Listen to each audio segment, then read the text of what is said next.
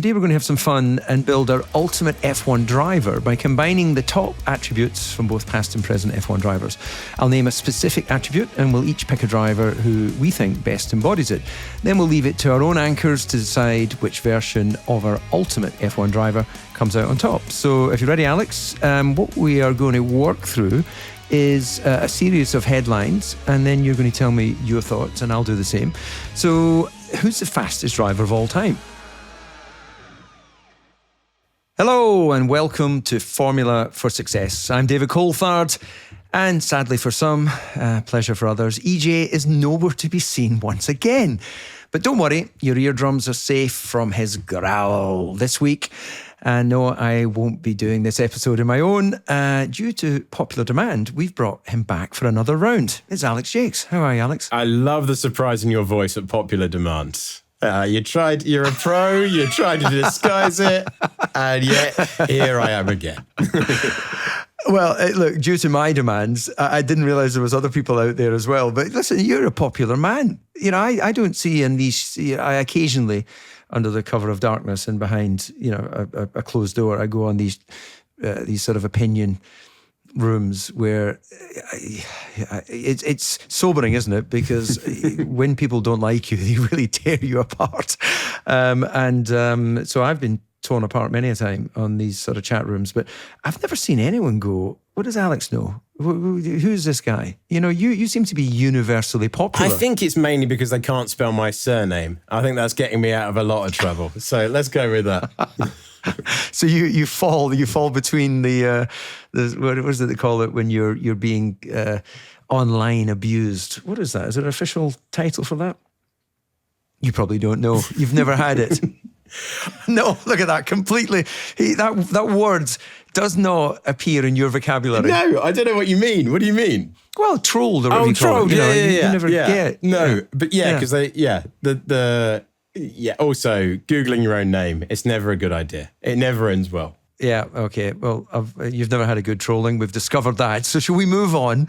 And we are ahead of the next Grand Prix in Austin. Great circuit, great city.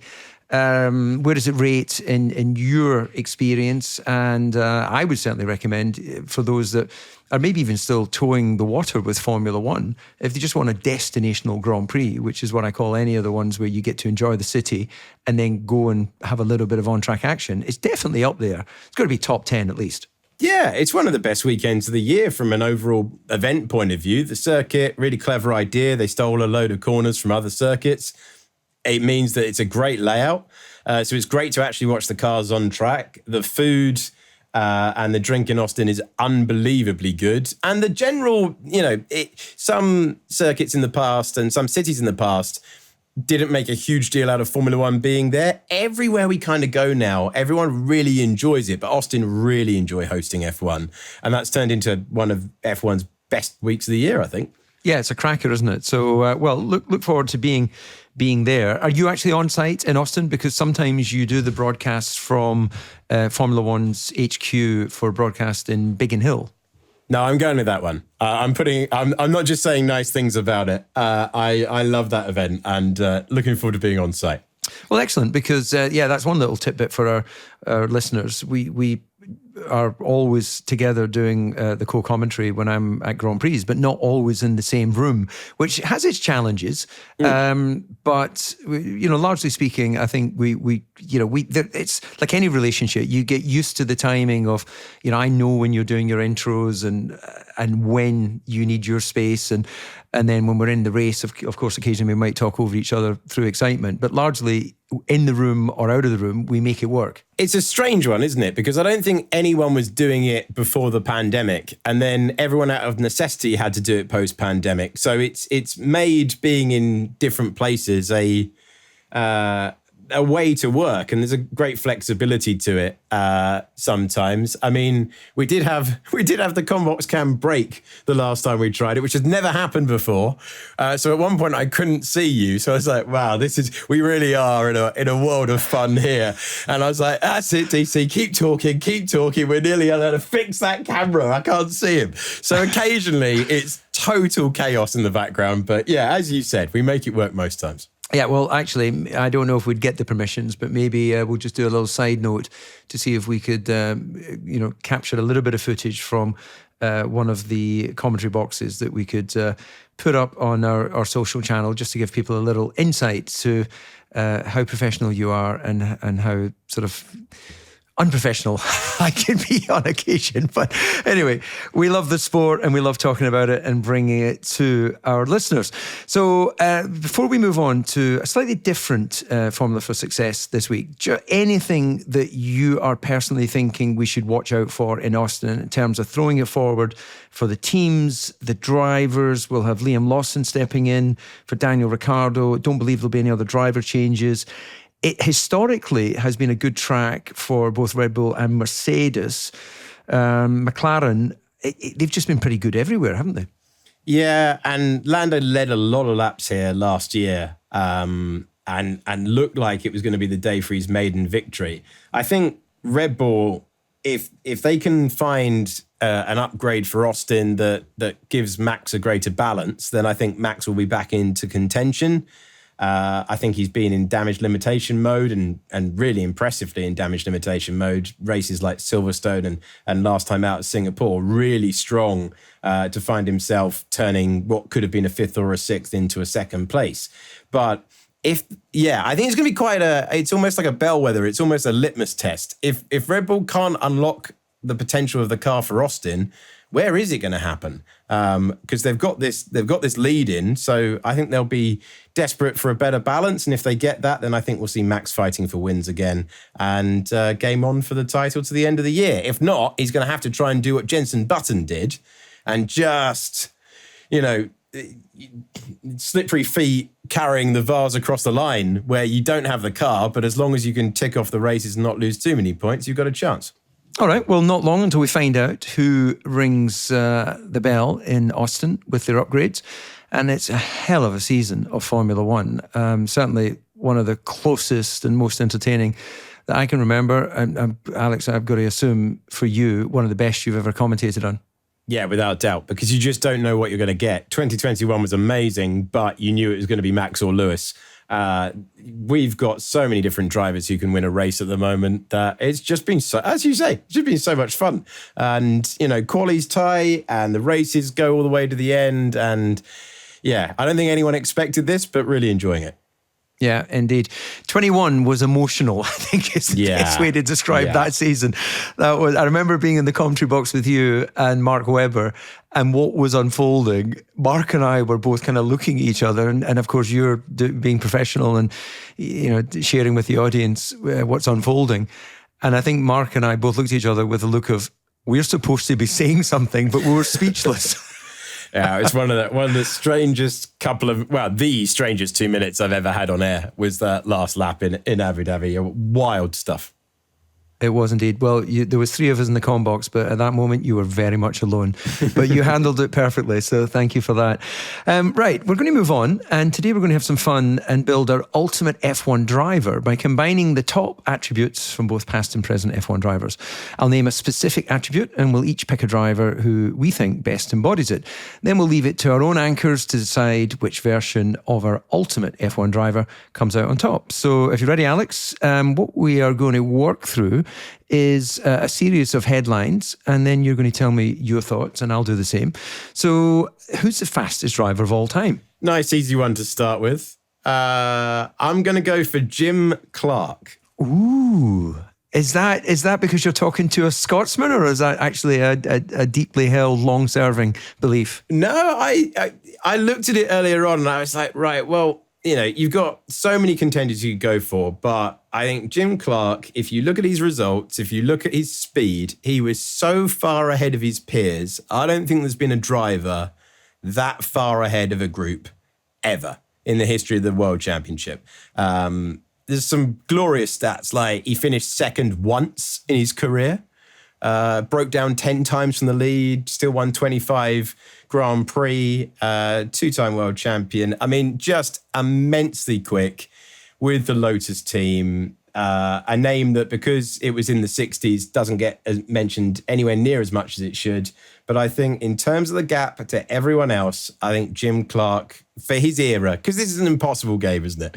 But for his era, I don't think anyone's been that far ahead of everyone else in the World Championship. Yeah, well, look, that's great. And it's lovely that you've given that the consideration and the mention he deserves, because he definitely, from what I read, I believe it was 68. Was it 68 he passed away in Hockenheim? Yeah. Yeah. So I was born 71, and Jackie Stewart, who became a big influence in my career and is still, as you know, ever present in the Formula One paddock, retired in 73. So I guess both Jim and Jackie were mentioned when I was a little boy. My father's got a Jim Clark's signature on a cigarette packet when he did the Galloway Hills Rally, or the REC Rally. I don't know which one he rolled, and my father was there, helped get the car back on its wheels. So that's a nice little sort of family connection. And another Scot called Innes Ireland retired to Kirkcudbright, which is southwest of Scotland. I went to school in Kirkcudbright. So there's been a lot of sort of Scottish links to those drivers. But yeah, I love that. Jim Clark, that's absolutely fantastic. Well, that's from the past. And of course, there's been some incredible names. When you look at, the great Fangio, what he did at his age. Was it 4-time world champion? Is that correct? 5 times. Or was he more? 5 times. Excuse me, Fangio, I do apologise. So he'll be in heaven, though. See, I'll never get to meet him, because I guess I'm going down. I'm going downstairs when I depart. But I'm going to go with someone I worked with, and I'm very proud in my early career to have worked with 3 world champions: Alain Prost, Nigel Mansell, Ayrton Senna. All very different, all big achievers. But Senna had presence that I witnessed when he entered the room, just slowly but surely. It's like a school teacher coming into the room. Yeah. But the silence falls across the classroom out of a little bit of fear. But the silence fell across the room on several occasions with Ayrton out of respect. There was presence in the room. And combine that with his absolute commitment and wet or dry speed. As you say, impossible to know who the absolute fastest is. It might be someone like Jarno Trulli, who had an incredible, single lap pace, but never matched it with great performances in the Grand Prix. So I'm going with Ayrton. So I've probably given that we've given that a bit longer than probably the producers were hoping for. So moving on to the next one, the most strategic mind. And maybe I'll go with this one first of all, because there are a couple of suggestions here on our script. And one is Alain Prost, who was nicknamed the Professor, because I guess he raced at a time, turbos, fuel saving. He definitely had a big advantage in that era because the driver's weight wasn't included in the car. And Alain, up until they did include driver weight, used to use that as part of his negotiating skill. He would go, well, I'm 20 kilos lighter than your driver you've got at the moment. No way. That's going to cost half a second a lap. You're going to have to spend a lot of money to develop the car by half a second. Someone it's also been mentioned here, Sebastian Vettel. Seb was into his detail, but I'm a bit too close to that era to give him the credit of the greats from the past.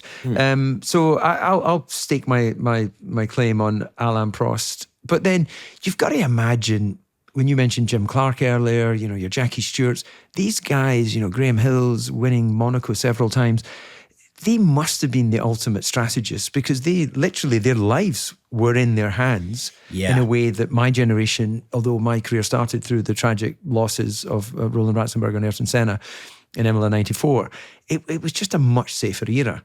So who do you then think from the past or present is in your opinion, has got the sharpest strategic mind? Well, I can see why Sebastian Vettel's on that list, because he had to do the strategy himself, didn't he? Sometimes they'd be like, "Oh, we're going to bring you in next lap," and he's like, "Why? Who are we trying to undercut? What's going on?" The poor chap had to drive the car and almost proofread their strategy at certain points at Ferrari, which got a bit farcical in the end, didn't it? They've fixed it now.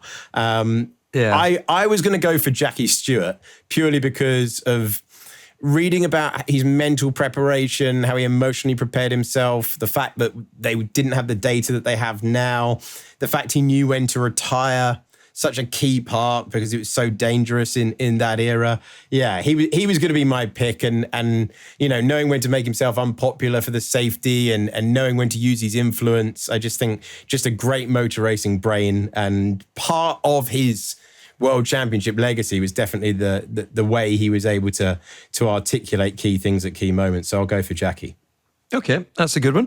Right, moving along, overtaking. Who's a master of pulling off the daring moves? Well, of the modern era drivers, in a previous podcast we spoke about Daniel Ricciardo being just fantastic when it came to late braking. Whenever he was in that early phase of his career behind someone, you knew a move was going to happen. I think Max represents that as well. If he's got a chance, and the way in 21 he overtook Lewis a straight earlier than I even would have, considered doing it, was just absolute belief and commitment. And I know that particular race is still controversial, but I don't know enough about my era, the racers. Michael was pretty handy at racing. Lewis, very clean racer. I know, again, a little bit of contact between him and Max in Silverstone in 21, and that obviously raised emotions. But overall in his career, he's been pretty good. So I'm slightly sitting on the fence in this one. So I'm just going to go again, modern era, and I'll just fall with Max as of the current drivers, where if he's behind, it's the driver in front knows he's either coming through and passing you, or you're both going off.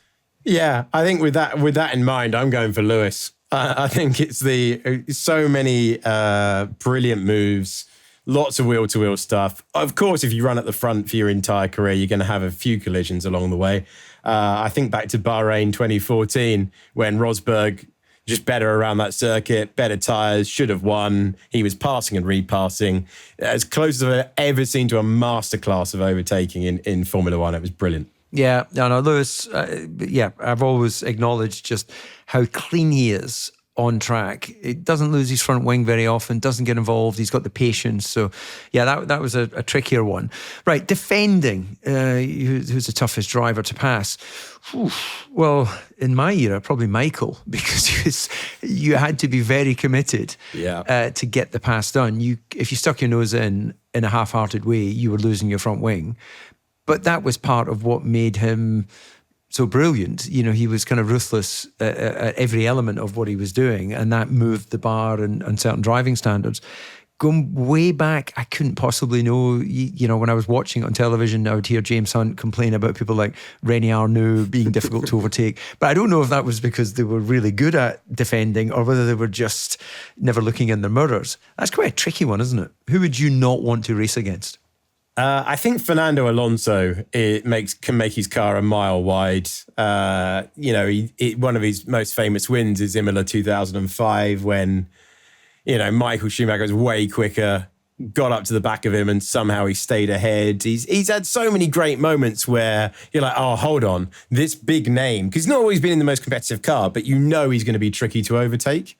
And yeah, I'm probably going for Fernando in the modern era, as you say, DC. In the modern era, I think Fernando was difficult to pass.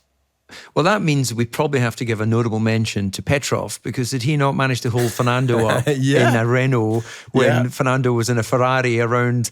There was, I think, 3 drivers that could win the World Championship in that final race: Mark Webber, Sebastian Vettel, Fernando Alonso, and it went, of course, Seb's way.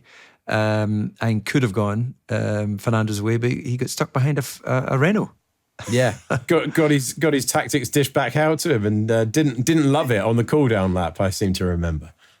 Yeah, that's right. Well, that moves us nicely on to the next one, which is mental strength. Who had the strongest mindset to overcome adversity? And on this, straight away on the list, we've got Niki Lauda, undoubtedly. Unbelievable resilience and strength. Was it 5-6 weeks after his fiery crash in the Nürburgring, he was back in the car, crazy, wrapped, bandaged, incredible. Yeah, I mean, warrior stuff from Niki Lauda. He's definitely my pick from this. It didn't, to go from getting the last rights to scoring a fourth place at Monza like he did that day. I mean, that's ridiculous. I mean, yeah, I don't think we've ever seen such a vivid example of what it takes to compete in Formula One. And yeah, that's the most obvious one to me. Yeah, and we didn't even go down any of the other names that could have been the sort of tough-minded mental strength. Your Nigel Mansell's, your Michael Schumacher's, guys that all overcame their own difficulties and adversities. Nigel, certainly his absolute belief in making his way into Formula One, and then his performance that he was able to deliver, winning a world championship at 40. And then really impressively, I think, and it often gets not mentioned, his ability then to go to America and then win that championship as well on the first time and almost the 500. So incredible individual. But yeah, I think Niki, of having had the opportunity to spend time with Niki over the years, he was a legend, a living legend. He's obviously now no longer with us, but so giving with his time and so approachable. And that to me really makes him one of the true greats of this sport, because he was good, he knew it, he'd been through the difficult times, rose to the top, and then continued to be a leader within the sport right up until his death. Yeah, I think we agree with that. I think Niki Lauda's the resounding consensus. Yeah, okay, there only is one on that list. Right, we move on to consistency. Which driver delivered results week in, week out across the season? Well, it wasn't me, that's for sure. Michael's on this list, Lewis is on this list, Senna has to be up there. I guess your early comments about Jim Clark. To me, this is where they're all good drivers in Formula One, and you've heard me come away with this before. We're not looking for good, we're looking for exceptional. I wanted to compete to find out how good I could be, how far I could push myself. And along that way, that means being compared to others. And in any sport, whether it's football, tennis, you name it, there's always those flash in the pan brilliance, the guy or girl that comes in, and the man or woman that wins the title once. But the ones that do it year in, year out, not always with the best car, overcoming adversity, they're the ones for me that have got that consistency. So, God, it's really difficult to put just one name there, because there have been a number of exceptional drivers in this sport, and it probably has to go way back to the first multiple world champion in Fangio. But it could be any one of those guys, could it not? Name all the multiple world champions over the years. You mentioned Jim, there's been Jackie, there's been Niki, there's been Senna, there's been Michael, there's been, I don't know that many between Fangio and, Graham Hill, I guess, must have been fairly consistent. He won a couple of world titles. Who am I missing from that extensive list? No, I don't think you're missing any names out at all. I always thought that Michael Schumacher's obsession with improvement, improve the fitness, run at the test track every hour of every day to the point of, destructing the car. I just think, his consistency was born out of a lot of hard work, and Ferrari have never been the same since he left. I think that's, if I was going to pick one name for consistency, is a bit of a weird one, but I loved the obsession that he had in those Ferrari years, and he'd probably be. I mean, I enjoyed it. I imagine you enjoyed it a lot less, DC. But there you go. But I admire success. And I had this conversation actually not that long ago where I was saying about how I admire success. Because I think someone had made the little dig about, oh, he must be jealous of whatever. And it's actually, I think the first and last time I remember feeling jealousy was with my first love. And when you're all young and you're not quite mature enough to understand everything.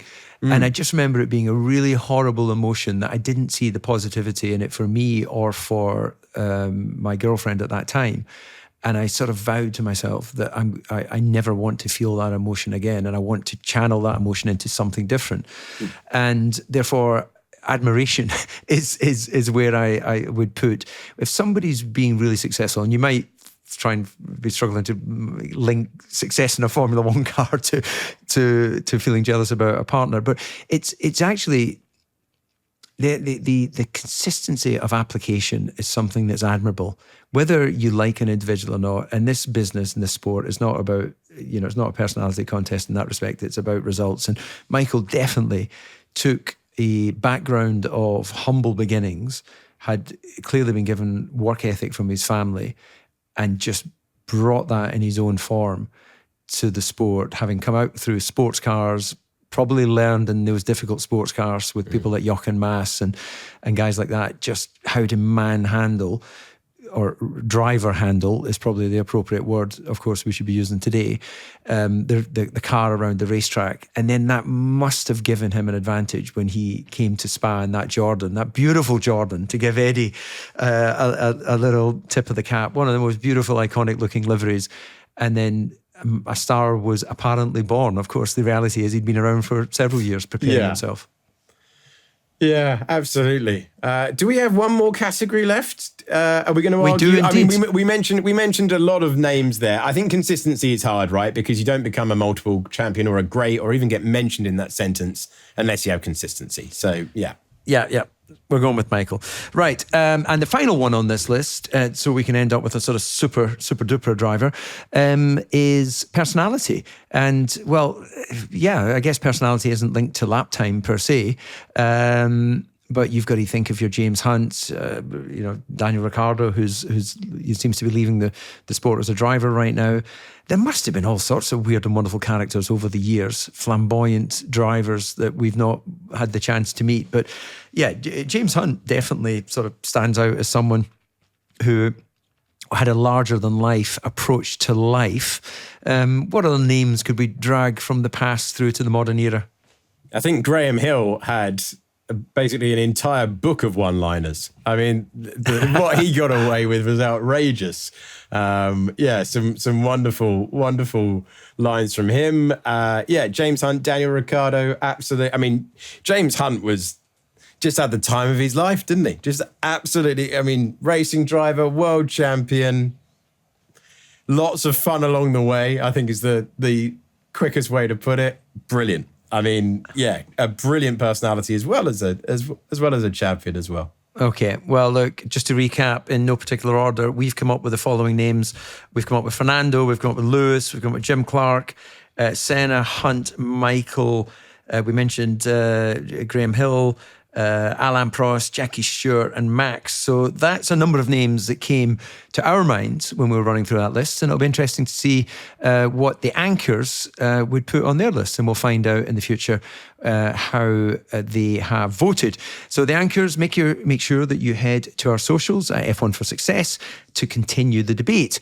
We would also love to see your list, so get scribbling, post them on Instagram stories and make sure you tag at F1 for Success.